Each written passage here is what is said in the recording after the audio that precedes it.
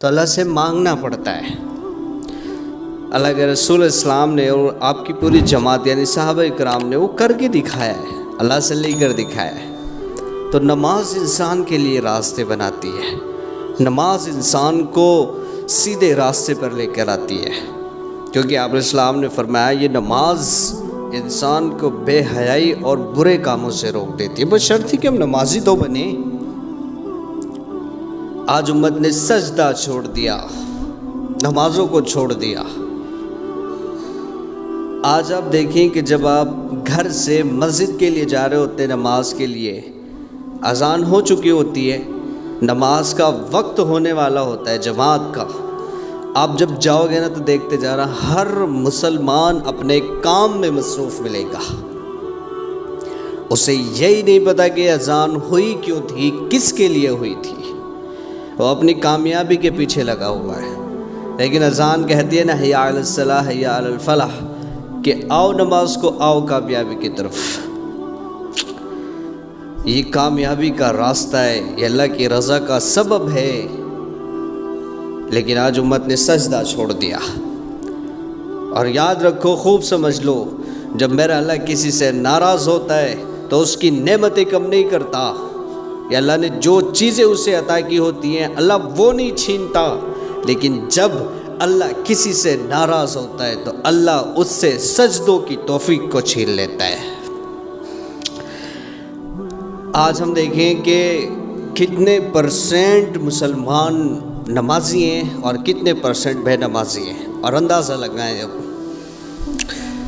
اللہ کے نزدیک نہیں ہے دنیا کی کوئی قیمت، اللہ کے نزدیک اس کی قیمت ایک مچھر کے پر کے برابر بھی نہیں ہے، لیکن آج ہم لگے ہوئے ہیں۔ کیسی نماز قبر آسان اس سے ہو جاتی ہے، ممکن نکیروں کے سوالوں کا جواب ہے نماز میں، قبر کی روشنی ہے، پل صراط پر سے سہولیت سے گزروانے والی چیز ہے، جنت میں لے کے جانے والی چیز ہے، اور حساب کتاب سے محفوظ کروانے والی چیز ہے۔ ہم نے تو اپنا نفع ہی کھو دیا۔ آج انسان محنت مزدوری کرتا ہے، اس کے سامنے دنیا کا نفع ہوتا ہے، ایک دن کام کرتا ہے، پیسے آتے ہیں تو لگتا ہے نفع ہوا، ایک دن کام پر نہیں گیا تو اسے لگتا ہے کہ آج میرا نقصان ہو گیا۔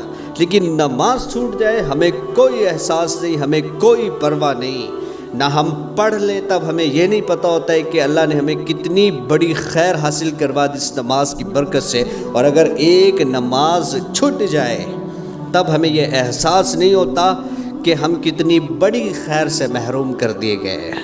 پھر ہم کھڑے ہو کے کہہ رہے ہوتے ہیں کہ صاحب ہم مسلمانوں پہ حالات ہیں، صاحب میں کام کرتا بھی ہوں لیکن گھر میں برکت نہیں ہے، بیوی ایسی، بچے ایسے، ہم نے تو دین کی جو جڑ تھی اسے ہی چھوڑ دیا۔ یہ تو دین کا پلر بتایا اس کو اپنے اسلام نے، لیکن آج امت مسلمہ نے سجدہ چھوڑ دیا۔ میرے بھائیوں، واپس ہمیں اللہ کی طرف آنا ہے۔ یہ وہ فرض ہے جس کو انسان کھڑے ہو کر نہیں پڑھ سکتا، بیٹھ کر پڑھے، بیٹھ کر نہیں پڑھ سکتا تو لیٹ کر پڑھے، اور لیٹ کر نہیں پڑھ سکتا تو آنکھوں کے پلکوں کے اشاروں سے نماز کو ادا کرے۔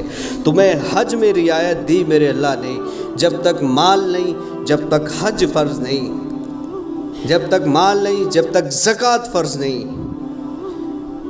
رمضان کے روزے کوئی زیادہ بیمار ہو جائے، سفر ہے، معاف بعد میں رکھ لینا، لیکن یہ ایسی چیز ہے نا، یہ چھوڑنے والی چیز نہیں ہے، اس میں رعایت ہی کوئی نہیں ہے۔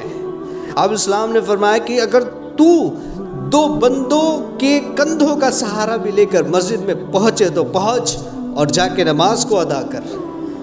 فرمایا کہ جو جان بوجھ کر نماز چھوڑ دیتا ہے اللہ کا ذمہ اس سے بری ہے۔ فرمایا کہ سراسر ظلم ہے، کفر ہے اس شخص کے لیے جو اذان کی آواز سنے اور نماز کو نہ جائے۔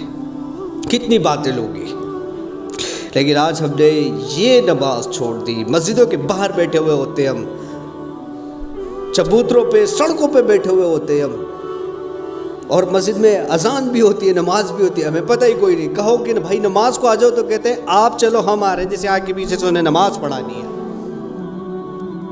کیا ہو گیا یہ؟